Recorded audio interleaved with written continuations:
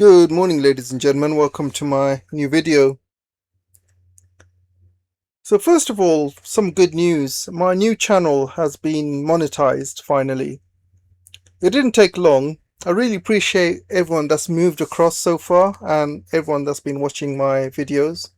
Really appreciate it, guys. The channel is Multipolar World Order. The link is on the description.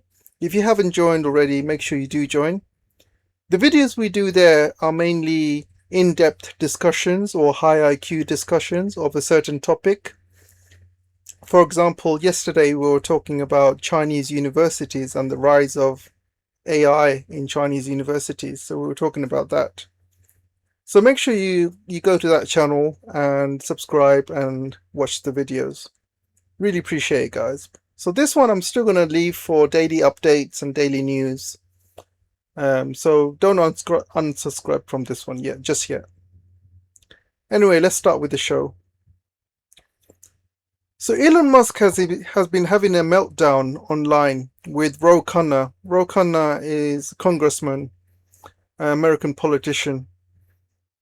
And Ro Khanna recently shared an article by the Lancet, and the Lancet has said that 14 million people, mainly kids, will die from Doge cuts and also cuts to USAID. As you know, Elon Musk was heavily involved in Doge and especially all the cuts. And right now, he's seeing some of the consequences. So I do admit that USAID is very corrupt. There's a lot of corrupt people in there, a lot of corrupt organizations in there, and it's been hijacked. I do know that. But there are also a lot of good, good stuff in there. There's a lot of good charities in there. There's a lot of good aid work that goes to other countries. And it's a type of American soft power. America's been giving aid and food and stuff that's needed to the poor and needy, and especially to children in third world. And that's been going on for a long time. So it's been an American soft power to do that. And I think every superpower should do that. So the problem is, Elon Musk came in with Doge, and he did a presentation in front of President Trump saying, there's I can see a lot of fraud in USAID. And President Trump basically put a halt to USAID. He completely stopped it. Their website got shut down. The people working for USAID all got fired. And all sorts of mayhem happened. So none of that food, none of the, help reached any of these poor countries. And especially to Gaza, Elon Musk has been targeting Gaza, mainly because his J handlers have been telling him to. So the first thing Elon Musk did was cut all Gaza aid. And then he started cutting aid. He thought it was part of Gaza, which it wasn't. For example, he said he cut 50,000, or was it 50,000 or 50 million? I can't remember. He said he cut 50,000 condoms to Gaza. He says Gazan people don't need condoms, and he cut it. But later on, when some newspapers did some fact checks, it wasn't going to Gaza, it was actually going to Mozambique. And the reason condoms were being sent to Mozambique was because there's an AIDS epidemic in Mozambique. And those condoms would have saved, hundreds and thousands of people. It was actually 50 million condoms, not 50,000. So they would have saved hundreds and thousands of people from spreading AIDS and things like that. So again, it shows how evil and misguided Elon Musk is. So he focused on Gaza, cut all aid to Gaza, and cut pretty much aid to the rest of the world. He was literally bragging online on his Twitter, saying, I'm going to use USAID and put it all in the wood chipper. President Trump obviously supported him in that, and he also, basically put an end to all all funding to USAID. I do appreciate USAID does have some, corrupt elements to it, but so does the military-industrial complex. So does every single organization in the United States. So does APAC. You can just name it. So if Elon Musk went up to Donald Trump and said, "Okay, there's some corruption in the MIC, or there's some corruption in APAC," would Donald Trump put a stop to it? Of course he wouldn't. Of course he wouldn't. If it's aid, it's okay to stop. But if it's part of the military-industrial complex, oh no, Donald Trump will never stop that. Do you see what I'm saying, guys? End of the day, just because it's aid, it can easily be shut down. Any old excuse. The Jays have been explicitly stopping all aid to Gaza. Explicitly. They have been blaming all aid organizations being run by Hamas. So they've been using that excuse to stop all aid, stop all funding to Gaza. They don't, they're doing an active G-side. And Elon Musk and Donald Trump has been going along with what the Jays said, what the Jays have been doing. Unbelievable, guys. So Ro Khanna basically brought out this report from the Lancet, and Elon Musk has been going absolutely crazy over it. So what does Elon Musk do? So you can see what he says here. We spent the weekend feeding USAID into the wood chipper. Could have gone and done some great parties, but did that instead. Oh really? Good one, Elon. So with all the heat that's coming to Elon Musk about this, and obviously this is going to be on his record that he killed 14 million children by 2030. So what does Elon Musk do? He starts blaming China. Like Trump used to blame China back in his first term. Like Biden blames China when everything goes wrong. This is, he thinks this is basically going to win him fans. So look what he said. USAID money funded C virus research in China that killed millions of people. That's what he says.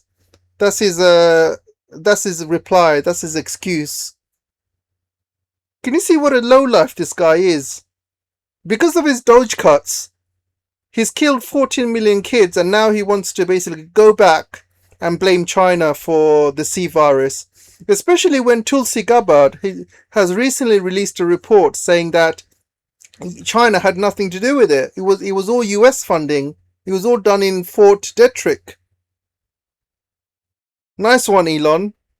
Can you see what a filthy character this guy is? He's in China with his factories making money from China.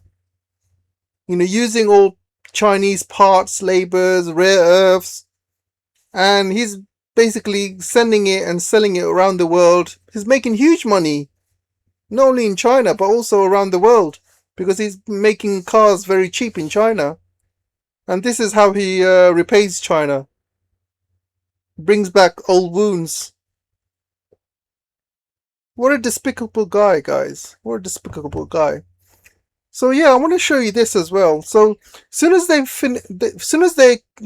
ended the USAID funding and they paused it.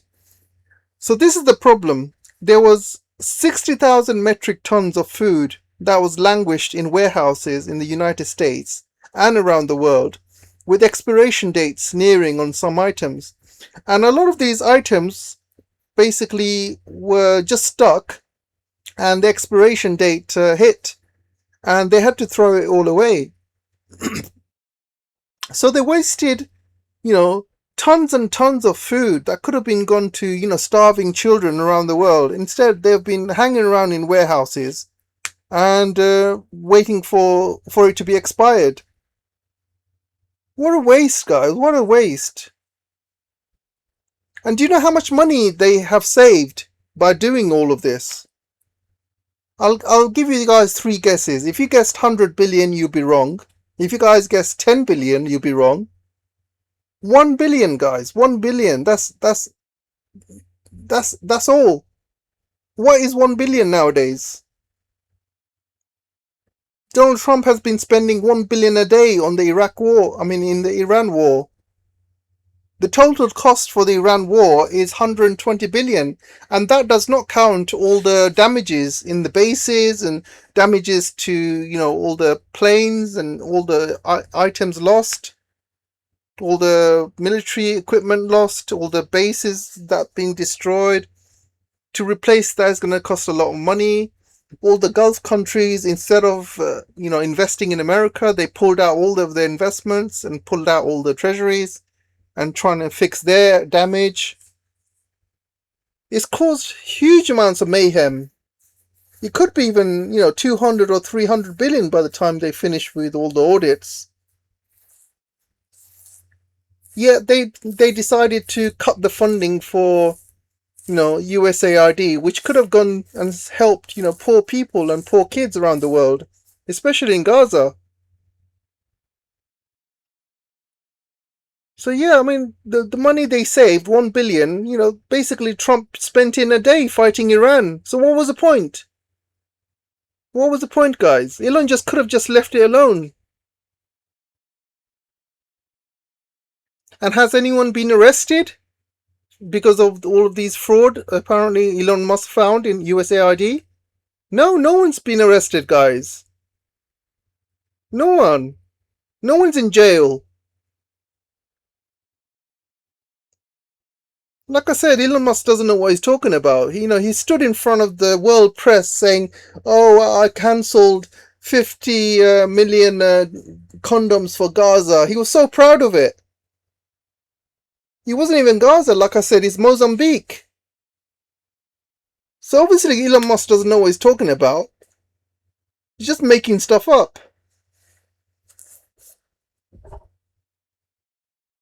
Unbelievable, guys, unbelievable.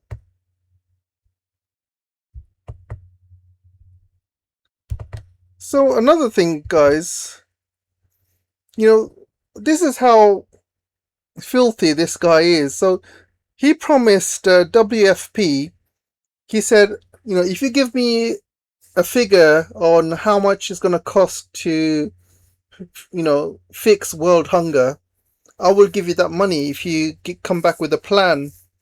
Well, WFP came back with a plan, and they quoted him 6 billion. 6 billion, guys. And guess what Elon Musk did?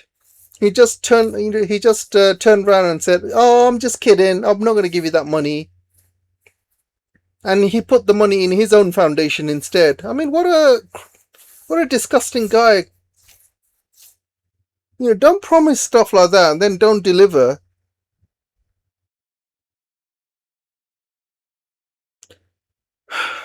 Anyway, talking about Elon and SpaceX, you can see the share price for SpaceX is falling off a cliff.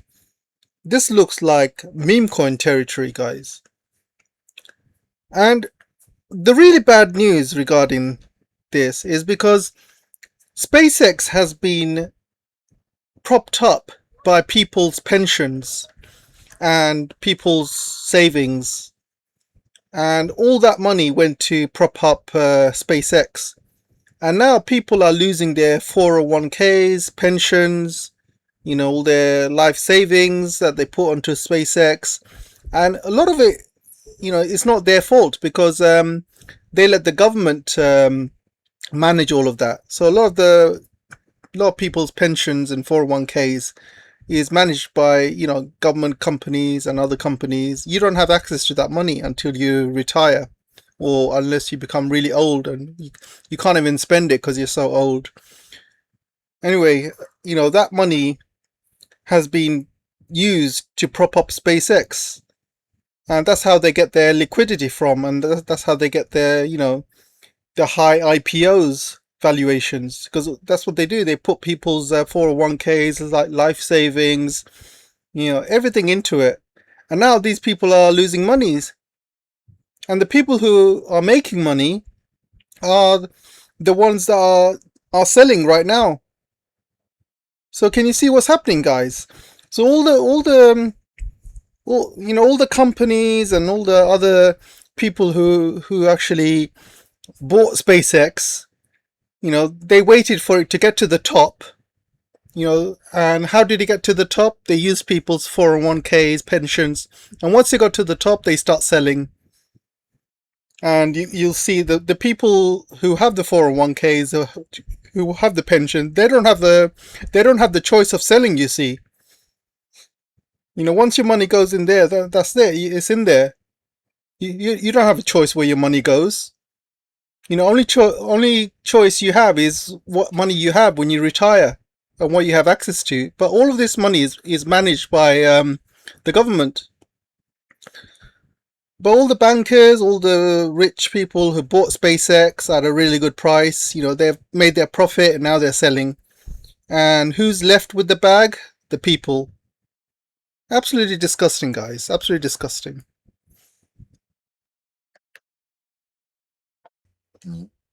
Talking of traitors, by the way, you got Professor Jiang here. Professor Jiang has been doing his live streams, and he's been saying that he hates China. He says that he's leaving China, he's sick of China, this place is hopeless. This was his words. I know there's a few Professor Jiang fans in my channel, because when I did a video on Professor Jiang last time, there was a few of you who came up and defending him. Well, defend that then. Are you going to defend him now? I guarantee you this guy is going to be another Serpent ZA. Those of you who don't know who Serpent ZA is, he lived in China for a while. Everything was good. And when he went back to the United States, he produced the biggest anti-China channel in the world. I think that he's had more than 1 million followers or something. Mainly from India, though. But yeah, Professor Jiang is going to be exactly like that. He's going to leave China. He's going to start, bad-mouthing China. He's already doing it while he's in China. So imagine what he's going to be doing it when he leaves China. He already said while living in China that Japan's the next superpower. China's done. China's economy is done. Those are his words in his channel. Let me show you what he said, guys.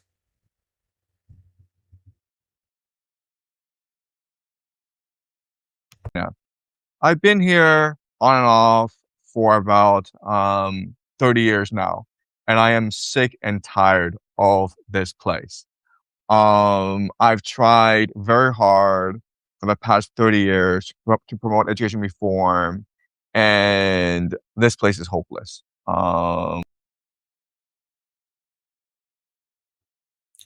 So you see, guys, you cannot trust him. Seems like a snake to me.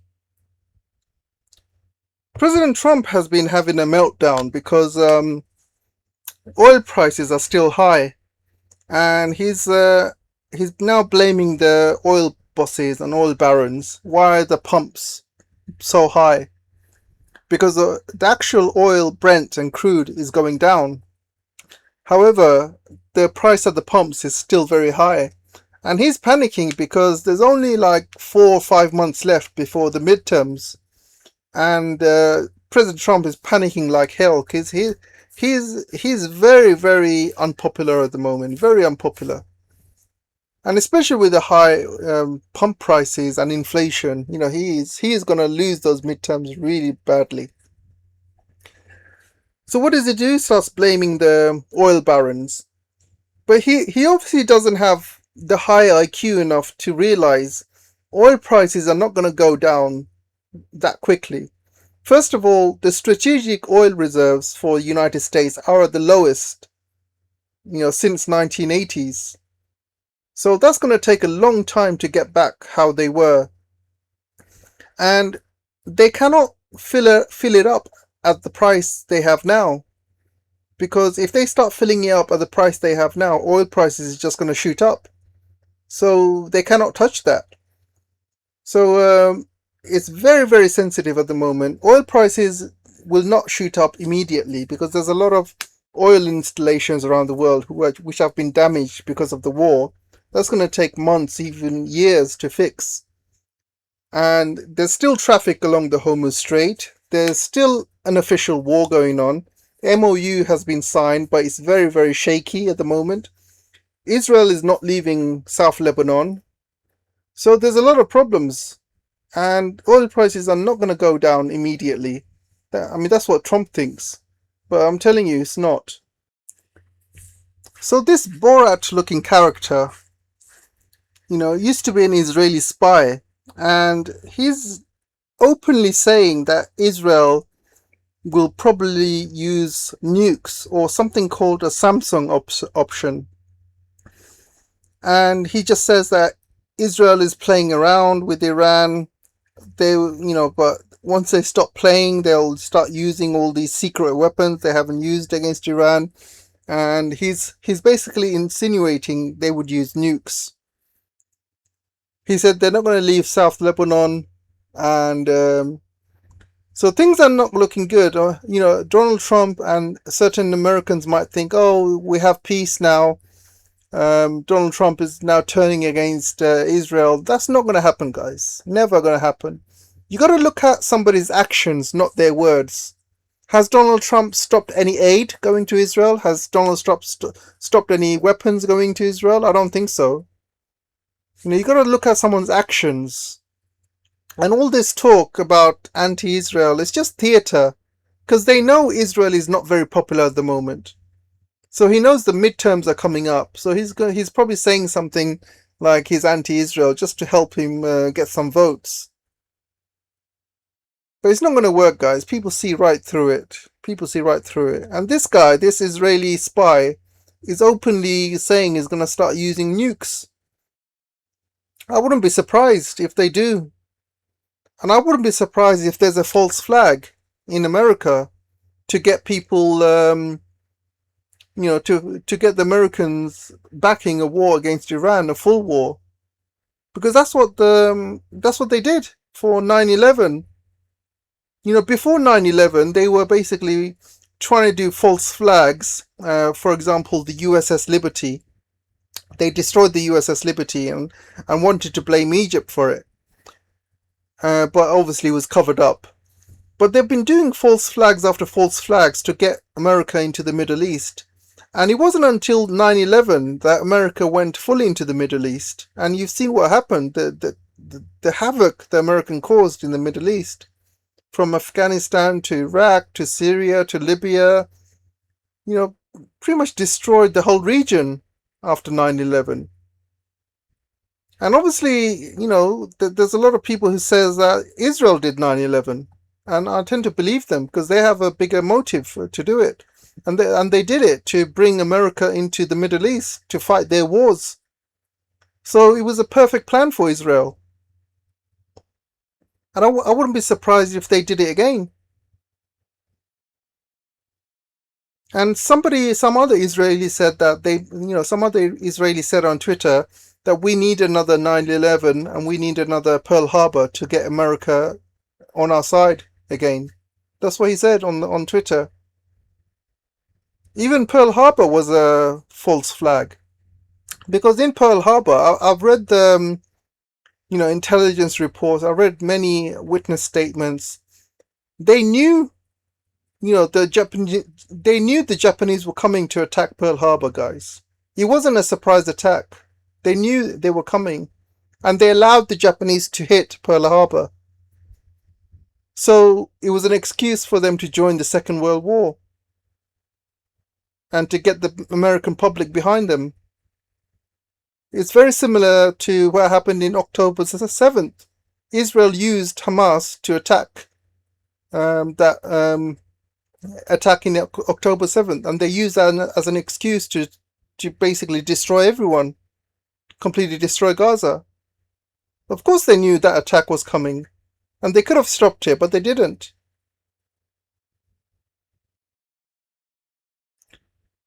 Anyway, let's move on. There's a story that Pakistani military intelligence intercepted a Mossad plan to assassinate Army Chief Asim Munir. And people who know Pakistan very well will know that Asif Munir is very, very popular in Pakistan, and he has all the power at the moment. He has more power than Shahbaz Sharif. And obviously the Israelis are not very happy about Pakistan mediating between Iran and America and all the Gulf countries. And the Israelis do not want peace in the region. And they're blaming Pakistan for it because Pakistan is the mediator and they basically brought peace to the region. So obviously Israel is not very happy. So they wanted to assassinate him. But Pakistan has released a statement saying, if you touch our delegation, we're going to wipe you off the map, basically hinting at nuking Israel. So Pakistan doesn't mess around when it comes to things like that. But yeah, I do believe the story would be true as well. I wouldn't put it past Israel, let's put it that way. It's something they would definitely do.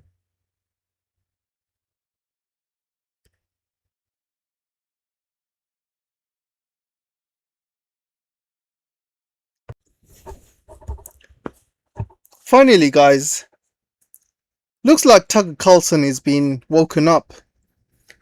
And he's been waking up to usury.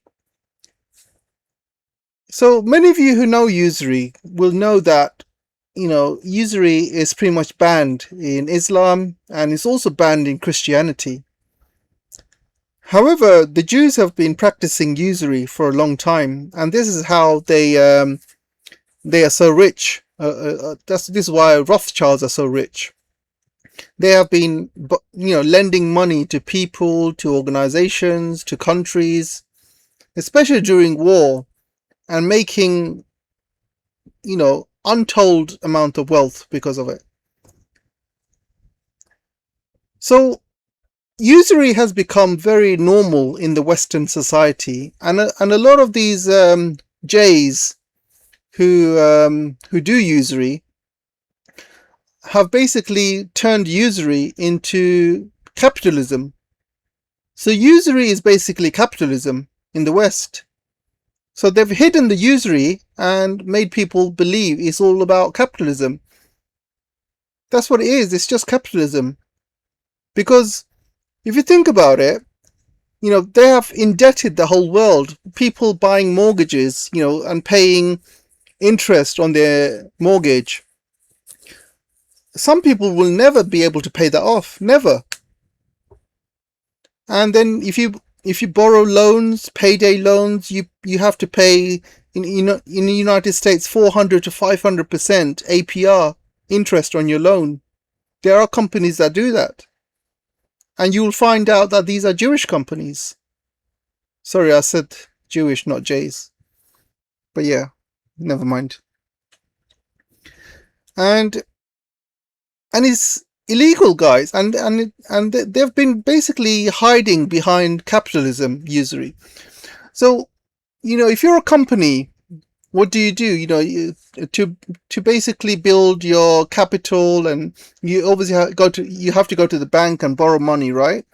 So when you go to the bank and borrow money, you got to pay interest on your loans. Same with people, when people use credit cards or when they get loans, when they get mortgage, they have to pay interest on their loans. And it's come to a point now where people are so indebted all across America and the world as well. Trillions and trillions of dollars people are in debt. People are losing homes because they can't afford to pay the mortgage anymore.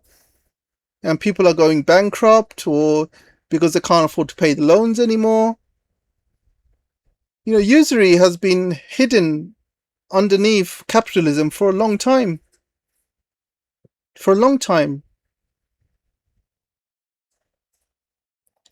And in this is why in Christian countries and in Muslim countries it's been banned.